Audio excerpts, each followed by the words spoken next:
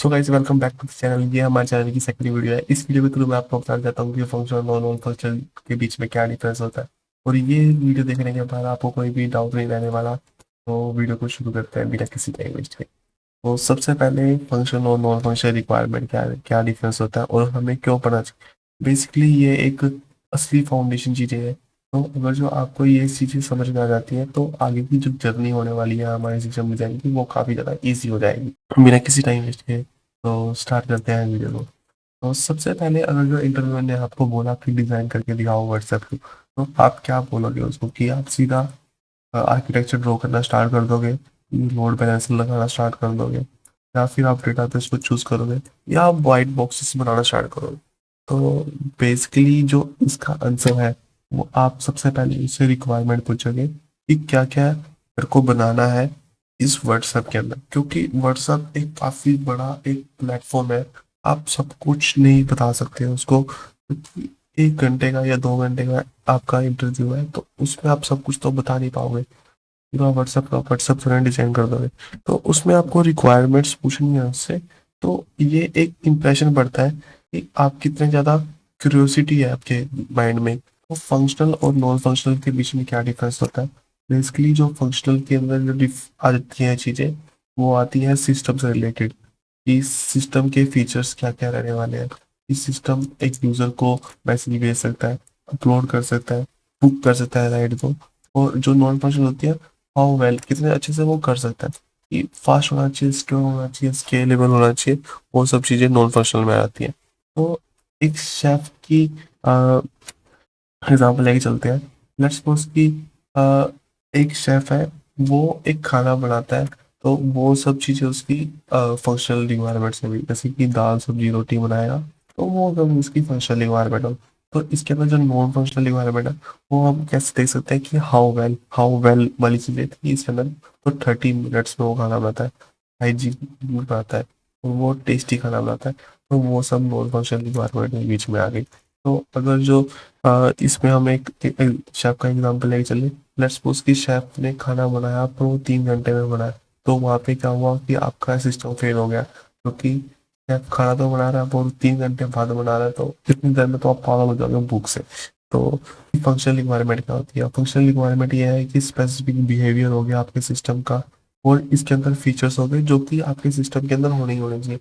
Let's suppose कि एक WhatsApp है, उसके अंदर यूज़र को सेंड करने का मैसेज मैसेज सेंड करने का ऑप्शन तो होना ही चाहिए। और उसको ग्रुप्स के अंदर मैं भेज सकूँ, ये व्हाट्सएप के कोर फीचर्स हो गए। और एंड टू एंड एनक्रिप्शन होनी चाहिए। तो ये सब चीज़ें एक तरह से फंक्शनल इन्वायरमेंट में आती है। जैसे मैं आपको लोगों को व्हाट्सएप का एग्जांपल बता रहा था, तो व्हाट्सएप का एग्जांपल क्या हो सकता है कि यूज़र को मैं मैसेज भेज सकता हूँ, और इसको मैं इमेजेस और वीडियो शेयर कर सकता हूँ, ग्रुप चैट कर सकता हूँ, डिलीवर कर सकता हूँ, वॉइस और वीडियो को भेज सकता हूँ, एंड टू एंड एनक्रिप्शन कर सकती है इसके। तो अब नॉन फंक्शनल के बीच में क्या है। Non functional basically how well system does it, तो कितने अच्छे से आपका सिस्टम बिहेव कर सकता है, वो तरह से नॉन फंक्शनल के बीच में आती है। इसमें एट्रीब्यूट्स होते हैं, बेसिकली परफॉर्मेंस रिलेटेड चीज़ें होती हैं, सिक्योरिटी से रिलेटेड होती हैं, स्केलेबल होता है इसमें, कि अगर जो आप एक मैसेज भेज रहे हो तो वो कितने मिली सेकेंड्स में जाना चाहिए, और कितनी देर तक आपका सिस्टम अवेलेबल रहना चाहिए। वो सब चीज़ें नॉन फंक्शनल के बीच में रहती है। बेसिकली जो चीज़ें हैं फंक्शनल के बीच में, कि व्हाट सिस्टम डज, तो क्या क्या सिस्टम कर सकता है, बेसिक जो कोर फीचर्स होते हैं वो हमारे फंक्शनल के बीच में आते हैं। और नॉन फंक्शनल में कितने अच्छे से कर सकते हैं, वो हमारे नॉन फंक्शनल होते हैं। इसकी एक ट्रिक है, आपको हर एक वर्ड के लास्ट में ये एक छोटा सा वर्ड मिलेगा, जो कि है ILITY। तो जैसे कि रिलायबिलिटी हो गया, स्केलेबिलिटी हो गया, अवेलेबिलिटी हो गया, मेंटेनेबिलिटी हो गया, सिक्योरिटी हो गया, यूजेबिलिटी हो गया। तो इसकी मैं आपको एक तरह से बताऊं कि अवेलेबिलिटी का क्या मतलब होता है, कि हमारा सिस्टम कितना अवेलेबल है, कितना वो बंद हो जा रहा है, कितना बैंकिंग सिस्टम है। लेट्स सपोज आपका, तो बैंकिंग सिस्टम के अंदर ही उसका अप टाइम सिस्टम का काफ़ी ज़्यादा होना चाहिए। अगर जो सिस्टम बंद रहेगा तो यूजर्स को काफ़ी सारी पेमेंट्स रिलेटेड फेल्स मिल सकते हैं, जो कि एक बैड इंप्रेशन पड़ता है आपके एक पूरे पूरे ओवरऑल प्रोडक्ट के लिए। तो लाइबिलिटी क्या होगा, कितने कोई रैंडम फेल तो नहीं हो रहा उसके बीच में, एक तरह से कांस्टेंट होना चाहिए, वो कंसिस्टेंट रहना चाहिए डेटा को लेके। कोई भी उसके अंदर अनवांटेड डेटा तो नहीं आ जा रहा यूजर्स को। तो ये तरह के जिससे हमारा अच्छा सिस्टम बन पाता है। स्केलेबिलिटी क्या होगा कि अगर अकॉर्डिंग टू यूजर और डेटा ग्रो हो रहा है हमारा, तो सिस्टम भी हमारा ग्रो होना चाहिए, क्योंकि वो इतने ज़्यादा यूजर्स को वो हैंडल कर पाए। नहीं तो स्केलेबिलिटी के थ्रू एक हम उसको अचीव कर सकते हैं। मेंटेनेबिलिटी से हमारा क्या मतलब है कि एक सिस्टम के बीच में डॉक्यूमेंटेशन अच्छे से होना चाहिए और इजी टू मेंटेन हो जाना चाहिए। कोई भी बग आता है तो उसको वो फिक्स कर पाए, ना कि पूरी पूरी टीम बैठी है वो उसको बग को फिक्स ही नहीं कर पा रही है। तो मेंटेनेबिलिटी और कोड की क्वालिटी के थ्रू ही ये अचीव किए जाते हैं। सिक्योरिटी का होगा कि कोई भी एक रैंडम हैकर या फिर कोई भी यूजर का डेटा कोई पढ़ ना पाए। एंड टू एंड एन्क्रिप्शन होनी चाहिए। व्हाट्सएप लाइव एप्लीकेशन के अंदर कोई भी आप डीएम कर रहे हो एक यूजर को दूसरे यूजर को, तो उसके अंदर एंड टू एंड एन्क्रिप्शन होनी चाहिए। जो व्हाट्सएप को जिसने डिजाइन किए हैं तो वो भी उनको ना पढ़ पाए, ये भी होनी चाहिए। एम्प्लॉयज उसके जो इंजीनियर्स हैं उनके, वो भी एक यूजर के मैसेज को ना पढ़ पाए। तो इस तरह से मैसेज को डेटाबेस के अंदर सेव करना चाहिए। यूजेबिलिटी वगैरह इजी टू यूज होना चाहिए हमारे यूजर्स के लिए। सबसे अच्छा एग्जाम्पल इसका व्हाट्सएप ही है। तो जैसे कि मैंने आपको बताया था, इसका एक फॉर्मूला होता है बेसिकली। एक फॉर्मूला क्या है कि अगर जो ये ईयर के अंदर 99.9 बोल रहा हूँ मैं, तो इसमें भी क्या होता है कि ये साल के अंदर इतने टाइम तो डाउन रहेगा भाई। ठीक है। अगर जो वो 0.01% भी है तो इतने टाइम तो डाउन रहेगा। इसका ये फॉर्मूला है। तो जैसे कि आप आ, ये हमारे एक ईयर के अंदर डेज है, और हर एक डे उसको 24 से मल्टीप्लाई किया और डाउन टाइम से उसको एनालाइज कर सकते हैं कि कितने टाइम वो डाउन रहेगा। तो बैंकिंग जो सिस्टम्स होते हैं वो वही 52 मिनट्स ही डाउन रहते हैं। तो ये अगर जो आप बैंकिंग और पेमेंट से रिलेटेड एक एप्लीकेशन बना रहे हो तो आपको हाईली अवेलेबिलिटी वाली सिस्टम बनाना पड़ेगा। ये इंटरव्यू में बहुत ज़्यादा इंपॉर्टेंट होता है और ये बहुत काम भी आता है आपको। तो ये एक फॉर्मूला थोड़ा सा आप देख लेना, उसको याद कर लेना। बेसिकली फॉर्मूला काफ़ी सिंपल ही है। आपको ये पूरे ईयर हो गया, फिर उसके बाद मल्टीप्लाई कर देना 24 से, और जिसके लिए आप फाइंड करते हो उसके लिए आपको चेक कर लेना है। अ, बढ़ते हैं। नंबर क्या है, क्या याद रखना है आपको कि रिस्पॉन्स टाइम अगर जो इतना है 100 मिली सेकेंड्स है, तो ये काफ़ी फास्ट होता है, काफ़ी ज़्यादा एपीआई के लिए फास्ट होता है, यूजर को पता ही नहीं चलता कि डिले है। तो इतना इतना रिस्पॉन्स अगर जो आपकी एपीआई का है तो काफ़ी ज़्यादा अच्छा रिस्पॉन्स है आपका। तो अगर जो आपका रिस्पॉन्स 300 मिली सेकेंड है तो थोड़ा सा स्लाइटली होगा, बट ये भी फास्ट होता है, काफ़ी फास्ट होता है ये भी। तो 1 सेकेंड तो एक्सेप्टेबल होता है। और यूज़र 3 के बाद तो भाई फ्रस्ट्रेट हो जाता है, और उसको 3 के ऊपर काफ़ी ज़्यादा डिले लगना स्टार्ट हो जाते हैं उनके। तो थ्रूपुट हो गया, जैसे गूगल लाइक होगी 1 मिलियन यूजर्स को वो हैंडल कर सकता है पर सेकेंड्स, और लार्ज डेटा को हैंडल कर सकता है वो मीडियम हो गया। तो ये हमारा थ्रूपुट होता है बेसिकली। स्मॉल एप्लीकेशन के बीच में 100 से लेके हमारा 1,000 यूजर्स पर रिक्वेस्ट जा सकती हैं। मीडियम के बीच में 10,000 जा सकती हैं। लार्ज में कुछ इस तरह से 100 के 1 मिलियन प्लस। ये Google like application 1 million users को हैंडल कर सकती है पर सेकेंड। भाई बहुत बड़ा नंबर होता है वो।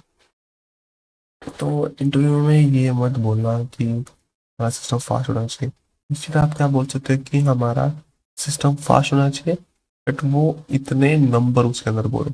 उसके अंदर बोलो कि 2 मिली सेकेंड से पहले हमारा एक का रिस्पॉन्स होना चाहिए, और पेलोड हमारा 2 सेकेंड से भी बहुत कम होना चाहिए। तो जैसे कि हाई अवेलेबिलिटी चाहिए, तो ये सब चीज़ें उसको एक नंबर के थ्रू बताओ आप कि अगर जो आप बोल रहे हो उसका तो 99.9 अप टाइम होगा, तो उसको आप बोल सकते हो कि हमारा 53 मिनट्स वो मैक्स वो डाउन टाइम रहेगा उसका, मतलब कि वो बंद रहेगा हमारा सिस्टम। तो ये चीज़ें आप बता सकते हो, जिससे इंटरव्यू काफ़ी ज़्यादा इम्प्रेस हो जाएगा। एक तरह से उसको काफ़ी अच्छा इंप्रेशन पड़ेगा आपका, अगर जो आप नंबर्स पे बात करो। तो स्केलेबल होना चाहिए। स्केलेबल से क्या मतलब है, आप हैंडल कर सकते हो 1 से 100 मिलियन यूजर्स को, वो इसके बीच में आ जाता है। सिक्योर होना चाहिए। तो एक हम नॉन फंक्शनल देख लेते हैं कि नॉन फंक्शनल फीचर्स क्या क्या हो सकते हैं आर्किटेक्ट्स के। अगर जो हम 5 आर्किटेक्ट्स की मैं बात करूँ तो एक हो गया हमारा हॉरिजॉन्टल स्केलिंग।